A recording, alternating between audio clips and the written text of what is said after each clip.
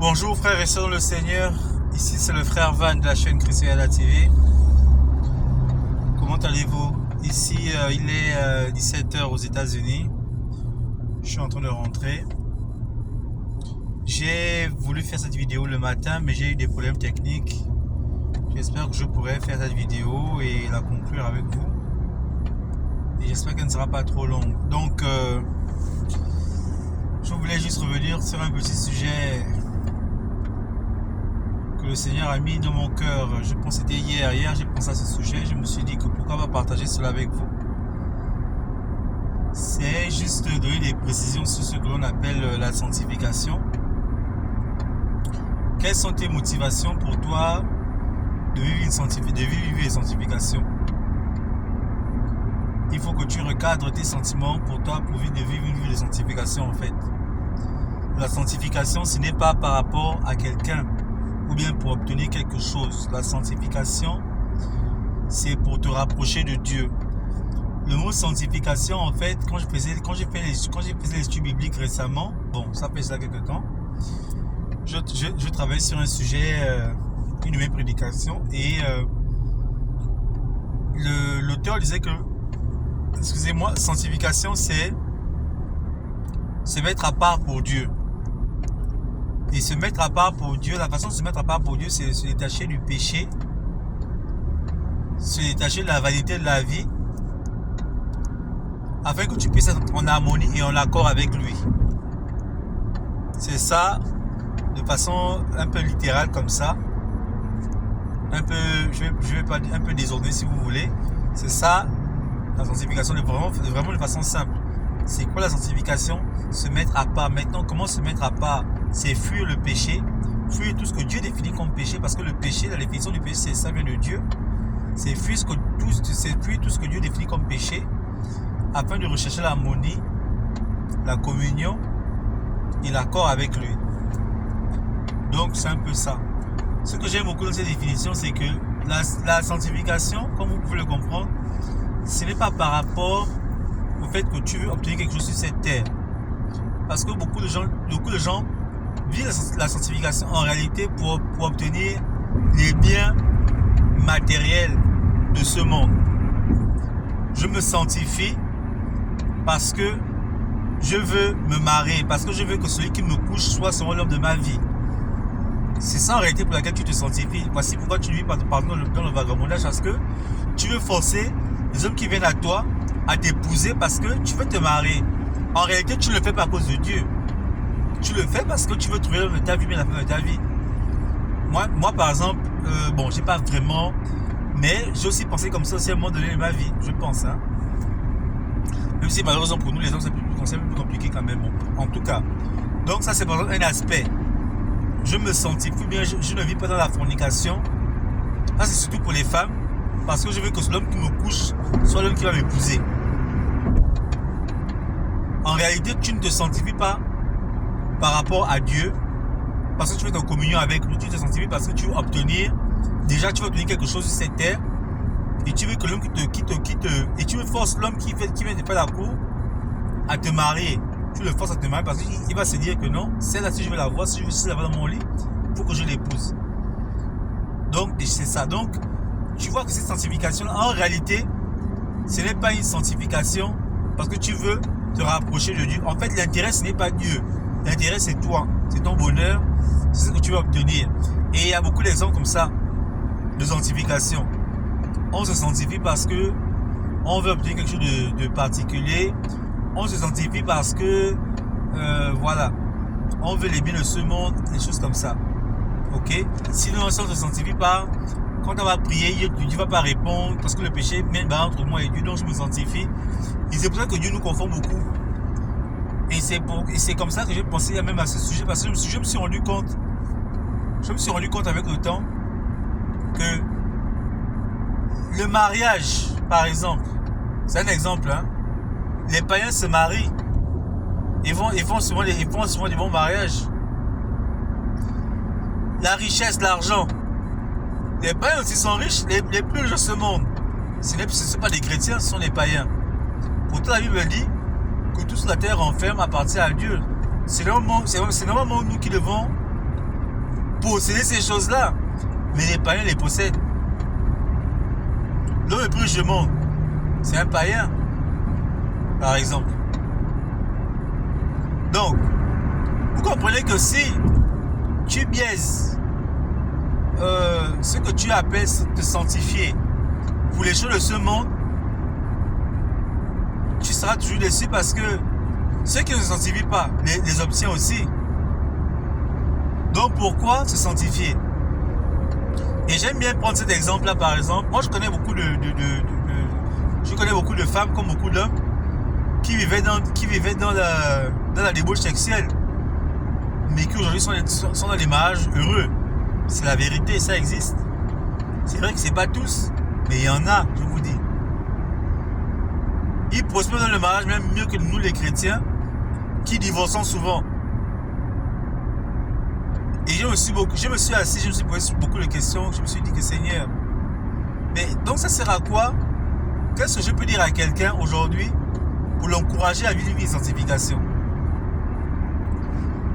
Et le Seigneur m'a fait comprendre que le problème c'est que vous ne comprenez pas que la sanctification ce n'est pas par rapport à un homme, ou bien par rapport au bien de ce monde, ou bien par rapport... Les biens de ce monde, la Bible dit que recherchez premièrement le royaume des cieux, et tout vous sera donné dans ce siècle présent. Je paraphrase. La Bible précise dans ce siècle présent, ça veut dire que c'est maintenant, c'est pas au ciel qu'on sera béni. Quand on recherche Jésus-Christ, on est béni sur cette terre. Mais nous, en tant que chrétiens, ce n'est pas une priorité. Parce que les païens aussi, bien qu'ils ne font pas l'aventure de Dieu, bien qu'ils ne se sacrifient pas pour les choses de Dieu, eux aussi, de cette façon, jouissent des biens de ce monde. Donc, en réalité, quel est l'intérêt? Quelle est l'importance? Rappelez-vous, la définition que je donnais, c'est pour être la sanctification, surtout parce que je ne veux pas développer d'autres choses, je vais vraiment me focaliser dessus. La sanctification, c'est d'abord par rapport à Dieu. C'est pour être en harmonie avec lui. Et la récompense de la sanctification, c'est Dieu qui va te la donner. C'est quand tu seras en face de lui. Parce que si c'est terre, tu peux tout perdre à cause. Il faut se comprendre que à cause de Jésus, nous pouvons aussi perdre. Les gens pensent que être chrétien, c'est seulement gagner. Non, mais à cause de Jésus, tu peux tout perdre. Jésus-Christ est mort. Il y a des apôtres dans la Bible qui servaient le Christ, qui sont morts à cause de l'évangile. Job, qui avait beaucoup d'argent, il a tout perdu à cause de Dieu. Donc, attention, tu peux aussi, la chrétienté, tu peux aussi perdre. Je vous dis, il faut que vous le compreniez comme ça. Tu peux aussi perdre. Ce n'est pas seulement une affaire de gagner. Tu peux aussi perdre en étant chrétien. Tu peux ne jamais avoir certaines choses parce que tu es chrétien. C'est vrai, c'est la vérité. Et la Bible donne beaucoup d'exemples dans ce sens. Voici pourquoi je reviens là, parce que j'ai envie de me focaliser sur la sanctification.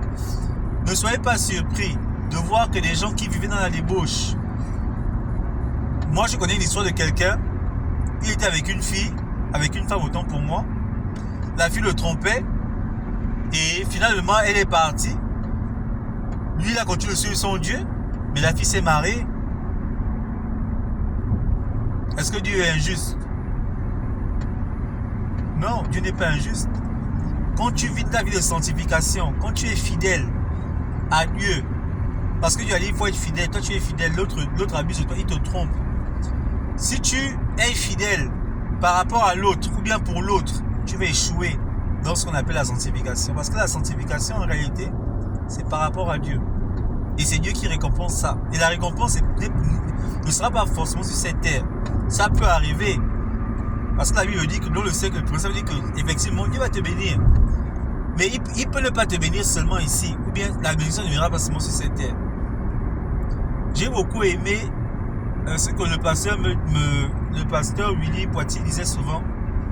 Il disait souvent que lorsque l'on va mourir, parce que nous sommes en train de façonner la personne qui va vivre dans l'éternité. La vie que tu mènes aujourd'hui, tout ce que tu fais, tu es en train de façonner la personne que tu seras dans l'éternité. C'est seulement quand tu vas mourir que tu vas découvrir en réalité qui tu es. Quel est ton vrai visage? Quelle est ta vraie forme en réalité? Tu peux être beau, belle, présentement, de façon charnelle, avec ton corps et tout.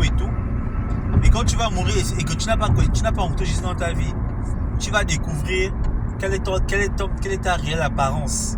Et tu seras dégoûté de toi-même. Tu auras envie de vomir quand tu vas te voir. Parce que tu auras toujours mené une vie de péché. Et je vous dis, la sanctification, la récompense de la sanctification, de la vie mise à part à cause de Dieu, ce n'est pas ici cette terre. Ce n'est pas ici cette terre. Voici pourquoi la Bible dit, dans le ciel, il y aura des tables. Il y aura des gens qui vont manger à côté de Jésus-Christ. Il y aura d'autres qui seront loin. Mais nous serons tous au ciel. Mais nous serons tous au ciel, mais nous ne serons pas tous pareils. Nous serons tous au ciel. J'ai la foi de croire, et ça c'est mon but. Voici pourquoi j'ai fait cette chaîne, c'est que nous tous, nous allions au ciel. Parce que nous vivons cette vie pour préparer le ciel. Nous préparons notre arrivée là-bas. Mais dépendamment de comment tu t'es donné pour Dieu ici sur cette terre, comment tu t'es sacrifié. Vous pensez que les hommes de Dieu qui sacrifient leur famille, leur argent, vous pensez qu'on sera tous pareils? Parce qu'on prie le même Jésus? Non, on ne sera pas tous pareils. La Bible dit que Dieu donnera chacun selon ses œuvres. Et Dieu est juste. C'est pas moi qui suis assis à la maison à faire des vidéos. Je ne peux pas avoir la même récompense que quelqu'un qui se donne chaque jour. Parce que je connais des gens qui se donnent chaque jour à l'église. Moi, je suis souvent les prières en ligne. Ce sont des gens qui se lèvent chaque matin à 6 h du matin à aller prier. Et quand ils prient, quand ils chantent, ils me bénissent. Moi, j'écoute seulement ça.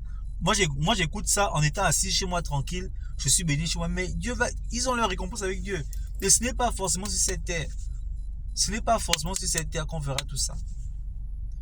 Voici pourquoi vous allez voir les païens réussir. Les païens réussissent bien dans le mariage, de façon professionnelle, avec l'argent. Ils réussissent bien dans la vie. Si la récompense de Dieu par rapport à la sanctification, parce que je veux recentraliser le débat, c'est par rapport à la sanctification que je parle aujourd'hui, c'est pas par rapport à autre chose. Si la récompense par rapport à la sanctification, c'était les biens de ce monde, je pense qu'on a tous échoué parce que ce sont les païens sont mieux assis que les chrétiens. Il faut être honnête. Ils sont mieux assis. Même si c'est vrai que certains d'entre eux sont dans les pratiques. Mais moi, par exemple, qui vis aux États-Unis, ce ne sont pas tout le monde qui fait les pratiques pour être bien. Je comprends qu'en Afrique, on pense toujours que pour être bien, il faut sacrifier tel parent, il faut sacrifier telle chose, il faut faire les pratiques, il faut faire. Mais aux États-Unis, c'est pas comme ça. Et pour ceux qui ne font pas les pratiques, qui sont bien. Est-ce que vous voyez un peu? Voilà. Donc, la sanctification, c'est entre toi et Dieu. Donc, quand tu te glorifies, la Bible dit que il faut se glorifier en Jésus. Ne dis pas, je ne suis pas un fornicateur. Toi, voici pourquoi tu minimises les autres. Non, mais tu le minimises par rapport à quoi? Le même fornicateur, s'il rencontre Jésus dans sa vie, tout de suite, la Bible dit que Jésus va effacer ses péchés.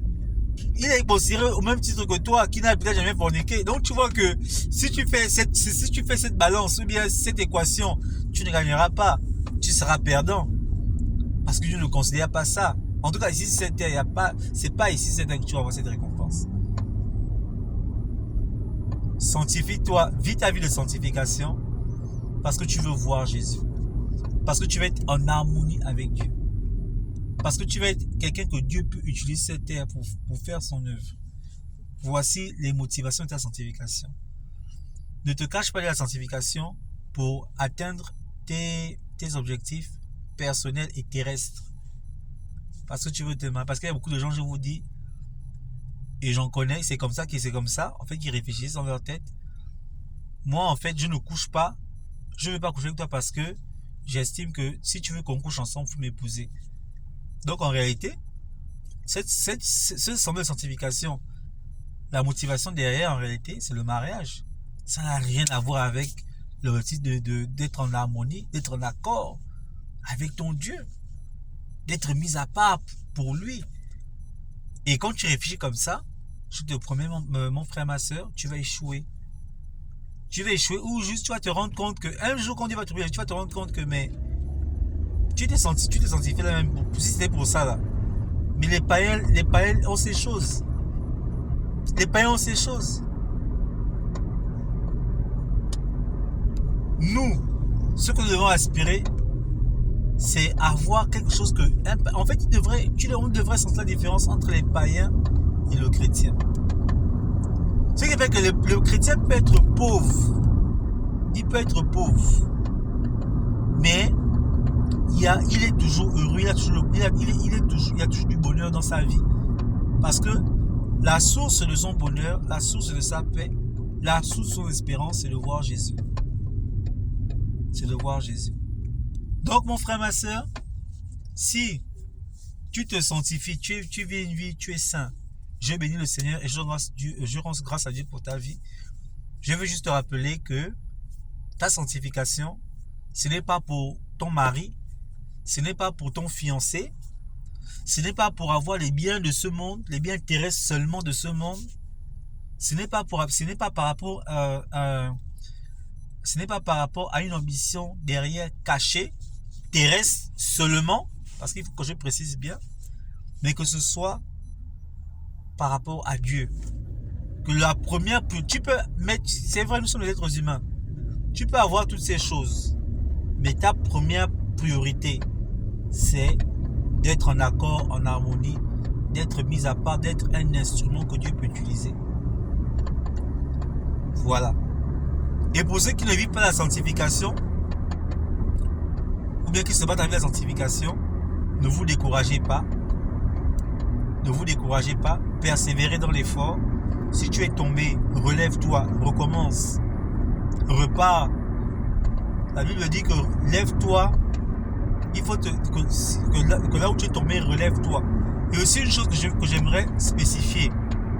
Quand la Bible dit le juste, et j'avais fait une prédication comme ça, mais en anglais. J'avais dit qu'il faut bien lire la Bible. La Bible dit que le juste tombe 7 fois. Et 7 fois, le Seigneur le relève. La Bible dit le juste. La Bible ne dit pas celui qui veut être juste. Ou bien celui qui fait les efforts d'être juste. La Bible dit que le juste. Et j'ai beaucoup aimé. Je me rappelle à l'époque quand j'ai fait des études bibliques. L'étude biblique, en fait, c'était donner la différence entre la sanctification et la justification. Oh, j'ai aimé beaucoup cet homme-là. Mais j'ai arrêté d'écouter cet homme. Bon, enfin, j'ai arrêté de suivre les études de cet homme parce que j'ai voulu progresser par rapport à l'appel que Dieu m'a donné dans l'étude biblique en anglais, en fait. Mais cet homme, il m'a beaucoup aidé. Il dit, il y a une différence entre la justification et la sanctification. Donc, ce qui fait qu'en réalité, quand Dieu parle de juste, toi et moi, même si tu as le péché, si tu as juste, tu es déjà juste. Le problème, c'est la sanctification. Et la Bible dit que la sanctification sans laquelle personne ne verra Dieu. Donc la sanctification est nécessaire. Mais tu es juste. Si tu as accepté Jésus-Christ dans ta vie, tu es déjà justifié. Tu es juste. Voici quoi la Bible dit, que le juste tombe. Donc en réalité, un juste peut tomber. Toi et moi, nous sommes justes, mais souvent nous tombons. Donc le juste peut tomber. Mais 7 fois, le juste tombe. 7 fois, Dieu te relève. Ne sois pas découragé par rapport au péché. Je sais que souvent c'est difficile. Je sais que souvent il y a des tentations. Je ne suis pas en train de caresser le péché pour t'encourager à continuer. Je suis en train de te fortifier afin que tu puisses te relever. Afin que tu puisses continuer de faire les efforts, te battre. Nous sommes les êtres humains. Nous vivons dans la chair. C'est difficile parfois. Mais c'est possible. Avec cet esprit en nous. Tu es juste, relève-toi. Et marche. Fais tout ton possible de marcher dans la sanctification sans laquelle nul ne verra Dieu. Et la sanctification, c'est l'œuvre du Saint-Esprit. Il n'y a que Dieu qui peut te permettre de vivre dans la sanctification. Donc c'est un peu ça. Je voulais vraiment faire cette petite vidéo pour apporter ces petites précisions, ces petits je regrette beaucoup cet homme-là, hein, parce que à un moment donné, je me suis dit que non, si je veux progresser dans l'évangile en anglais, il faut que je mettre de côté maintenant. Mais je pense que de temps en temps, je vais quand même recommencer à le relire. Il avait de bonnes... il y avait de bons thèmes en fait que souvent j'exploitais avec lui. Il y avait de bons petits secrets là que je prenais avec lui. Et tant je pense que maintenant je peux, parce que maintenant aujourd'hui je fais certaines choses, j'arrive à faire certaines choses en anglais. Donc je pense que maintenant je vais revenir un peu. Et c'est un peu ça. Donc c'est ça en fait que je voulais partager avec vous. Parce que beaucoup vivent la sanctification et vivent très bien la sanctification. Mais en réalité, la motivation pour laquelle ils vivent la sanctification est erronée par rapport à la définition que Dieu donne de la sanctification.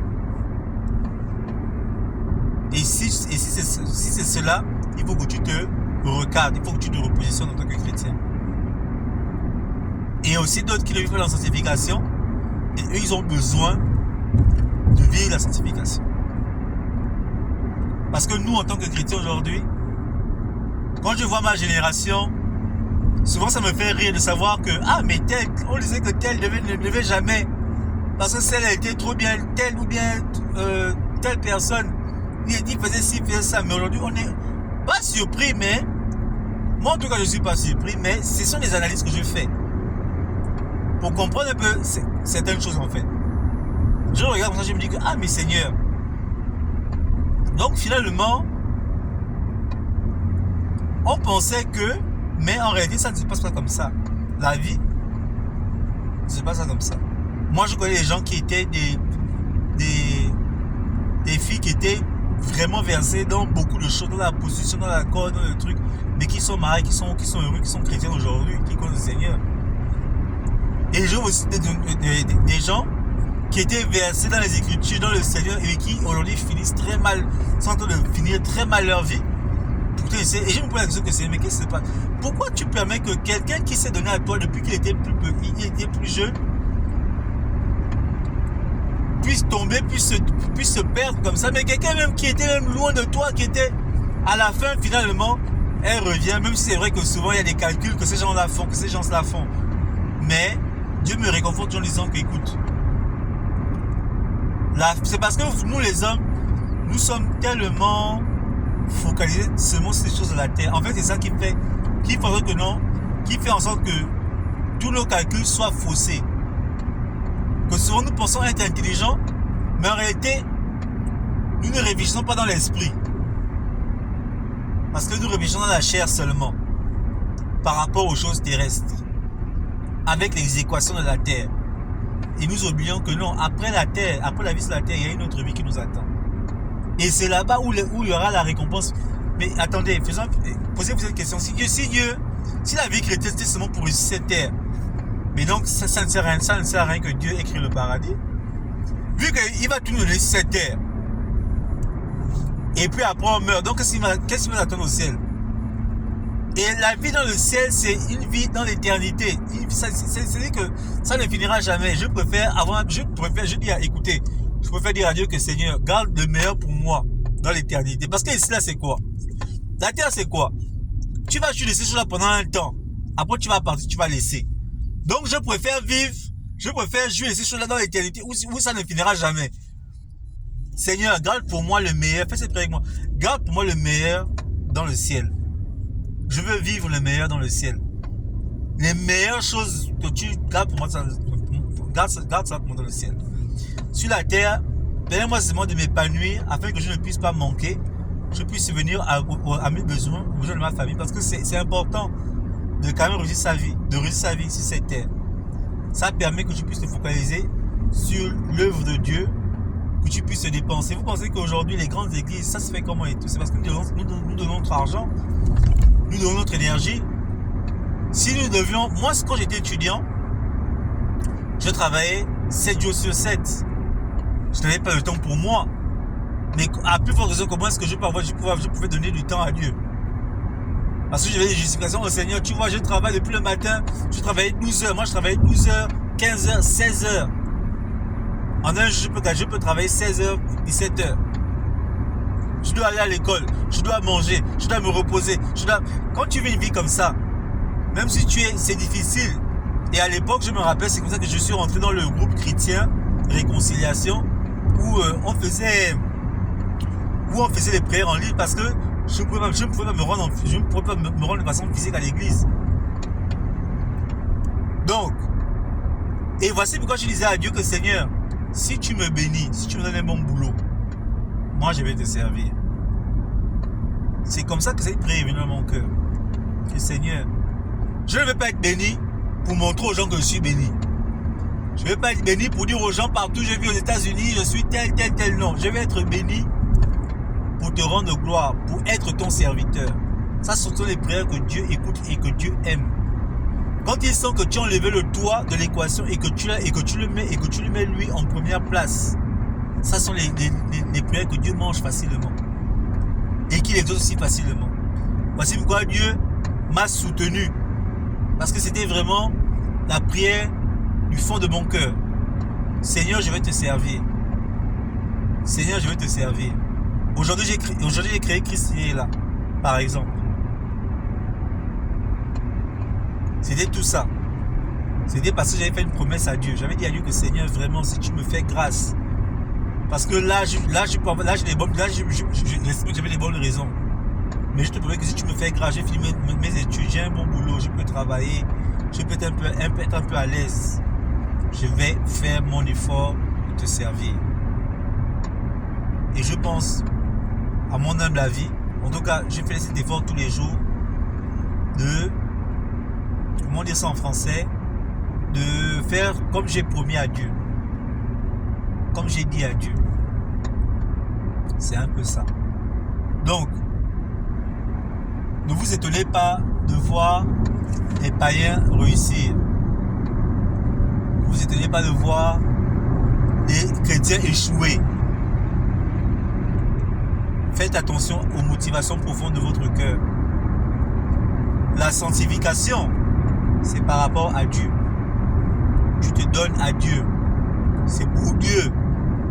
Si tu le sanctifies pour garder ton mari, si tu te sanctifies pour aider tes enfants, si tu te sanctifies parce que tu as un agenda derrière caché, nous sommes les êtres humains, ça peut arriver.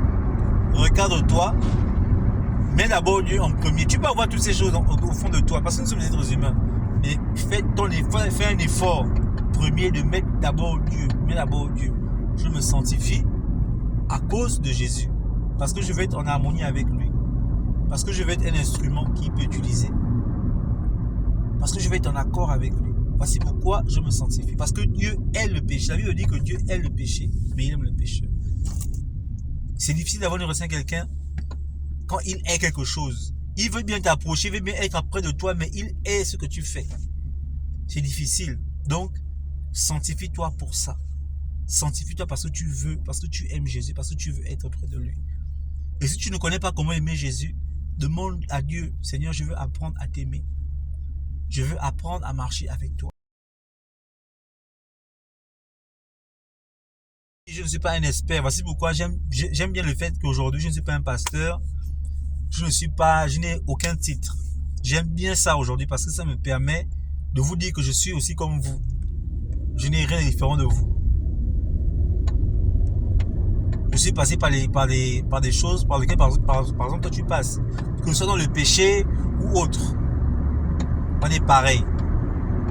Dans cette chaîne, en tout cas, il n'y a pas de complexe de homme de Dieu, machin. Non, je suis comme toi. Je cherche le Seigneur aussi. Donc, faisons cet effort ensemble. La priorité, mettons Jésus devant. Cherchons la sanctification à cause de Dieu. Voilà. J'espère que j'ai donné tout ce que j'avais à donner par rapport à cette vidéo.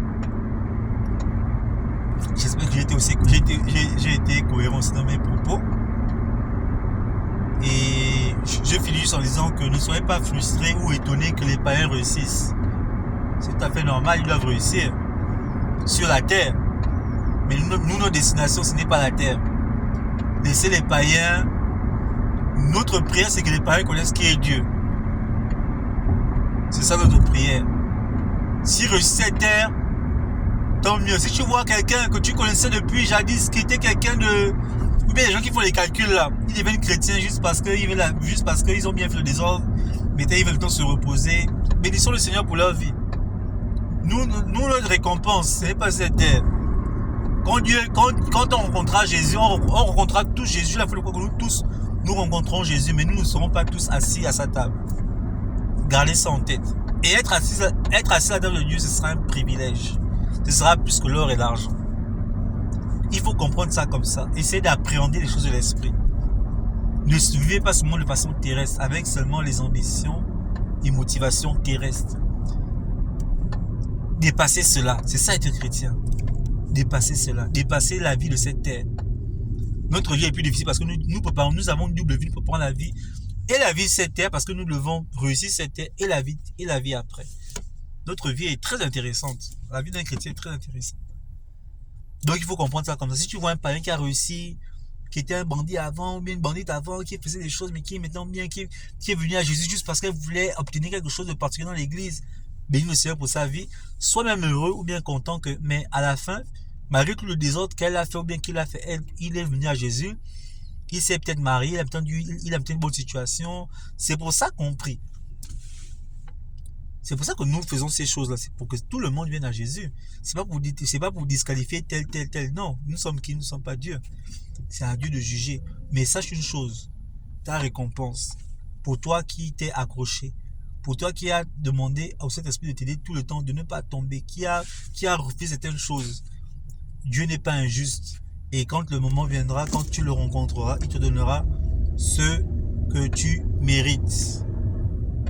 Il te donnera ce que tu mérites.